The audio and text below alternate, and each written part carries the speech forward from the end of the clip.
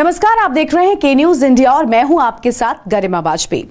मनोहर लाल सरकार ने अपनी योजनाओं से हरियाणा को आज नंबर 1 राज्य बना दिया है।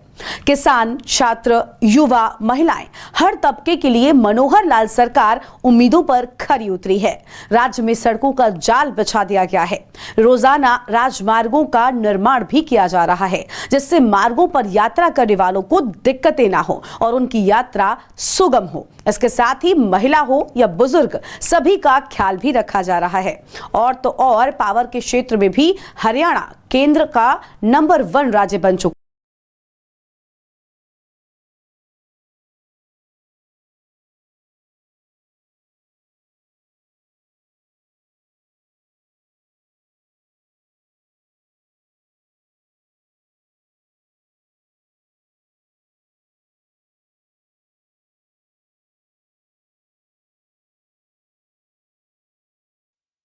यूरोप, अमेरिका जैसी आधुनिक सड़कें भारत के किसी राज्य में संभव हैं तो वो राज्य हरियाणा है।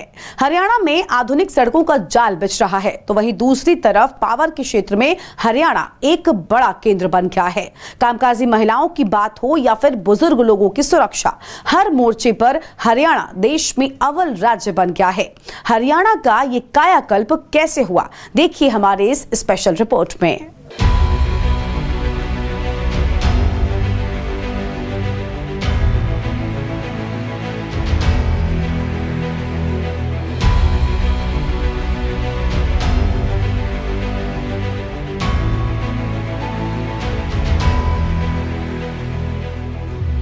मुख्यमंत्री मनोहर लाल के नेतृत्व में हरियाणा विकास की नई ऊंचाइयां छू रहा है। हरियाणा को समृद्ध बनाने के लिए मनोहर लाल सरकार विशेष योजनाओं पर काम कर रही है। आज हरियाणा की सड़कें अमेरिका के राष्ट्रीय मार्गों की बराबरी कर रही हैं। करनाल में ऐसी ही एक बड़ी परियोजना का शिलान्यास हुआ। लंबे समय से स्थानीय स्तर पर इस रिंग रोड की मांग की जा रही थी। मनोहर लाल सरकार ने लोगों की जरूरत को ध्यान में रखते हुए इस रिंग रोड का आधार रखा।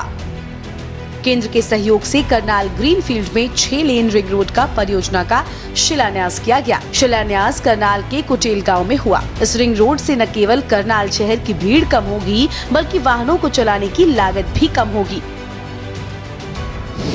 मनोहर लाल सरकार तरक्की अपार। 1700 करोड़ की लागत से तैयार होंगी 6 लेन रिंग रोड।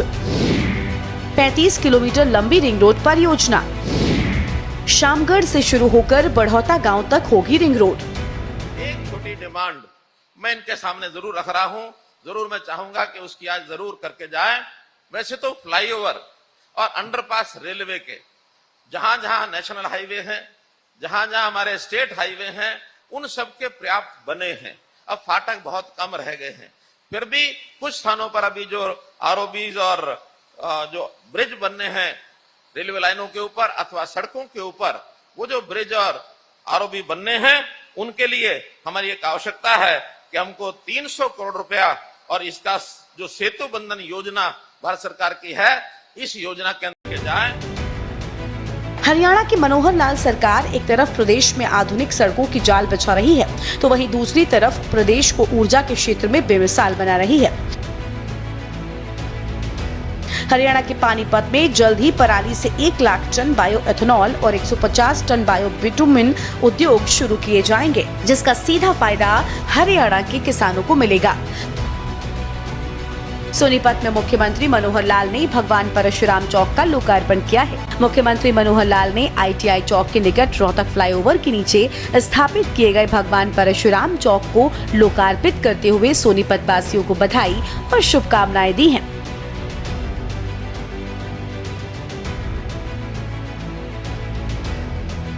इस मौके पर मुख्यमंत्री मनोहर लाल ने कहा कि सरकार समाज के सभी वर्गों के हित से जुड़े कार्यों को प्राथमिकता से पूर्ण कर रही है।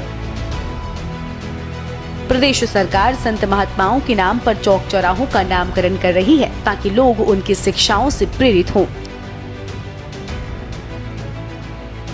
सोनीपत शहर को और अधिक सुंदर बनाने के लिए कई परियोजनाएं प्रस्तावित हैं। सादगी की मिसाल पेश करते हुए मुख्यमंत्री मनोहर लाल जनशताब्दी एक्सप्रेस में सवार होकर सोनीपत पहुंचे थे। सफर के दौरान दफ्तर से जुड़े फाइल संबंधी कार्य भी ट्रेन में ही निपटाए। हरियाणा सरकार में विभिन्न क्षेत्रों में कामकाजी महिलाओं की आवश्यकता को देखते हुए राज्य में आधुनिक सुविधाओं से युक्त क्रेच खोलने का निर्णय लिया गया है। मुख्यमंत्री श्री मनोहर लाल ने घोषणा की है कि कामकाजी महिलाओं के बच्चों की देखरेख की जरूरत को पूरा करने के लिए इस साल तक राज्य में 500 क्रेच खोले जाएंगे। कामकाजी महिलाओं के बच्चों के लिए क्रेच को अनिवार्य कर दिया गया है। मैटरनिटी बेनिफिट एक्ट 2017 के तहत जिस किसी भी संगठन में 50 से अधिक कर्मचारी काम कर रहे हैं, चाहे वो निजी हो या सरकारी, वहाँ क्रेच अब अनिवार्य होगा। इसके अलावा क्रेच में कामकाजी महिलाओं के बच्चों के लिए पोषण और स्वास्थ्य की स्थिति में सुधार की व्यवस्था होगी। बच्चों के शारीरिक, सामाजिक और भावनात्मक विकास को बढ़ावा दिया जाएगा। मनोहर लाल सरकार तरक्की अपार, 50 से अधिक कर्मचारी होने पर होगा क्रेच अनिवार्य। 6 वर्ष तक के बच्चों के लिए होगी डे केयर सुविधाएं। क्रेच में होगी चाइल्ड केयर की सभी सुविधाएं। बच्चों को मुहैया कराया जाएगा गुणवत्तापूर्ण पूरक पोषण। नियमित स्वास्थ्य जांच और टीकाकरण किया जाएगा। बच्चों के लिए खेलने को मिलेंगे सामान और खिलौने। शिक्षा के साधन उपलब्ध कराए जाएंगे। बच्चों के लिए पर्याप्त पेयजल व्यवस्था। लंबे समय से विभाग के कर्मचारियों के द्वारा क्रेच की जरूरत महसूस की जा रही थी। मुख्यमंत्री मनोहर लाल के इस फैसले से प्राइवेट सेक्टर में काम करने वाली महिलाओं के बच्चों को भी लाभ मिलेगा। महिलाओं के लिए एक और बड़ी घोषणा मनोहर लाल सरकार ने की है। ऑडियो कॉन्फ्रेंसिंग के माध्यम से स्वयं सहायता समूहों के लाभार्थियों से सीधा संवाद करते हुए मुख्यमंत्री मनोहर लाल ने कई घोषणाएं की हैं। अब प्रदेश में जितने भी राशन डिपो अलॉट होंगे, उनमें 33% डिपो महिलाओं को दिया जाएगा। यदि कोई स्वयं सहायता समूह राशन डिपो के लिए आवेदन करता है तो उन्हें भी मनोहर सरकार की तरफ से प्राथमिकता दी जाएगी। इसके अलावा पंचायत की जमीन या मछली पालन के लिए तालाब के ठेके के लिए भी सेल्फ हेल्प ग्रुप आवेदन करता है तो उन्हें नीलामी की राशि में 10% की छूट दी जाएगी।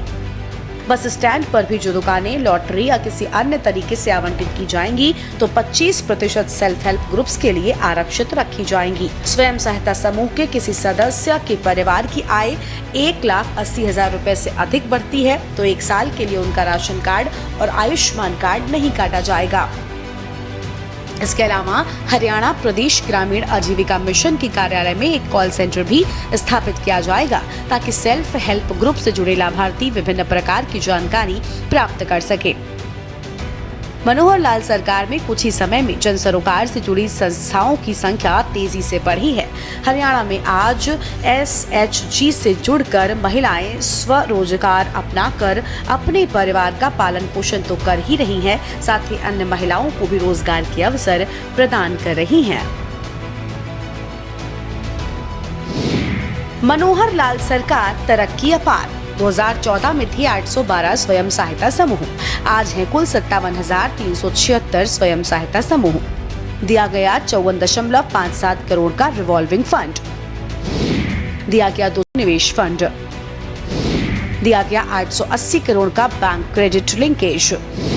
SHG के उत्पादों की ऑनलाइन बिक्री के लिए बनेगा पोर्टल। बैंक सुविधा प्रदाता के तौर पर काम कर रही 773 महिलाएं। सिलाई प्रशिक्षण योजना के तहत दी गई 5.85 करोड़ की प्रोत्साहन राशि। बस स्टैंड की दुकानों में आवंटन में SHG के लिए 25% का आरक्षण। कल मुझे प्रसन्नता हुई जब अमित भाई शाह उन्होंने कहा कि हरियाणा में 3D चलते थे। इस 3D में एक तो यहाँ दरबारी लोग ये शासन किया करते थे, एक यहाँ डीलरों की भरमार होती थी। ये जो डीलर थे ये अपने देश में, इस प्रदेश में शासनों की बागडोर अपने हाथ में रखते थे। और उन्होंने कहा दिल्ली के दामाद को जो स्पोर्ट होती थी, 3D, तीनों D का जो असर है वो हमने समाप्त कर दिया मित्रों, हमने समाप्त कर दिया। आज हरियाणा में परिवार पहचान पत्र यानी PPP सरकारी योजना का लाभ लेने का सशक्त माध्यम बन चुका है। हरियाणा देश का एक ऐसा प्रांत है जहां विकास को व्यक्ति के साथ जोड़ा गया है। मनोहर लाल सरकार ने व्यक्ति के साथ परिवार की पहचान कर इसे पुख्ता बनाया है। इसमें परिवार पहचान पत्र सबसे सशक्त माध्यम साबित हुआ है। इससे न केवल अंत्योदय परिवारों को चिन्हित कर उन्हें विकसित योजनाओं से जोड़ा गया, बल्कि उन्हें इन योजनाओं का लाभ भी समयबद्ध तरीके से उपलब्ध करवाना भी सुनिश्चित किया गया है। मुख्यमंत्री मनोहर लाल का ध्येय है कि अंत्योदय का कल्याण सबसे पहले हो। इसी को ध्यान में रखकर सरकार ने सूचना प्रौद्योगिकी के माध्यम से ऐसे सॉफ्टवेयर विकसित किए हैं, जिससे समग्र प्रदेश का डेटा एक जगह उपलब्ध हो पाया है। परिवार पहचान पत्र आज प्रदेश में ही नहीं बल्कि देश और दुनिया के लिए मिसाल बन रहा है। मनोहर लाल सरकार में व्यक्ति की आयु जैसे ही 60 वर्ष की हो जाती है, उसका नाम बुढ़ापा पेंशन सूची में दर्ज हो जाता है और उससे आगामी माह में पेंशन मिलनी शुरू हो जाती है, जो सीधे लाभार्थी के खाते में जाती है और हर माह 2750 रुपए मिलने शुरू हो जाते हैं। आज 21 एजेंडा इसके ऊपर जो निर्णय हुए और उसमें कुल अमाउंट 156 करोड़ रुपए की अमाउंट थी, लेकिन नेगोशिएशन से 10 करोड़ रुपए की उसमें बचत भी हुई है। इसलिए आज छोटे एजेंडे ज़्यादा थे और उसमें मेनली इरिगेशन के थे, कुछ पावर के थे, कुछ उसके अंदर एक हमारा जो लैंड मैपिंग का लार्ज स्केल मैपिंग का ये सिस्टम चल रहा है आरसेक के माध्यम से, उसमें लैंड रोवर्स तो उसकी जो पैमाना होता है नापने का करने का वो सब था। और कुछ गाड़ियाँ थी, 70 गाड़ियाँ भी खरीदी गई हैं पुलिस के द्वारा। पुलिस ने ट्रांसपोर्ट डिपार्टमेंट ने कुछ टायर भी खरीदे हैं।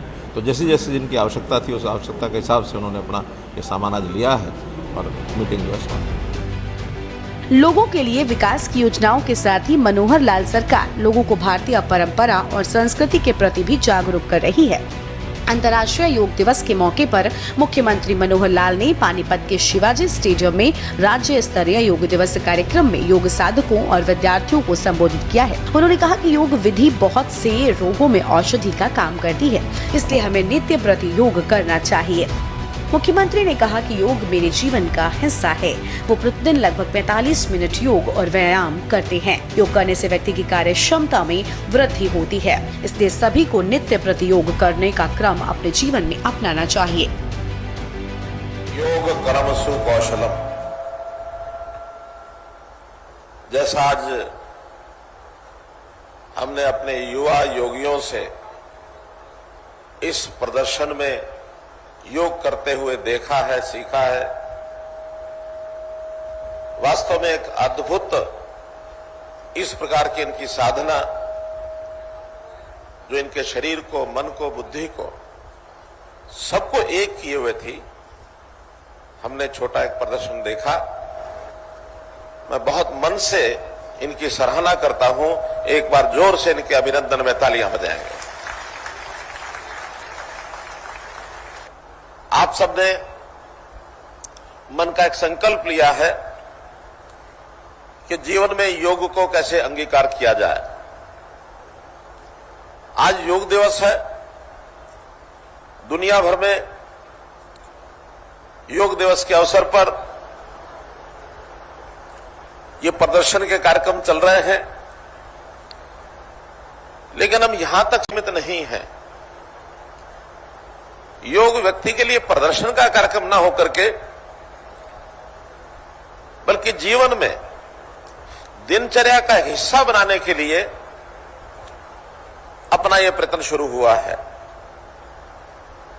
2014 में अपने प्रधानमंत्री जी के प्रयत्नों से और जिस योग विधा को अंतर्राष्ट्रीय स्तर पर मान्यता मिली, इसके पीछे केवल आज की सोच नहीं है,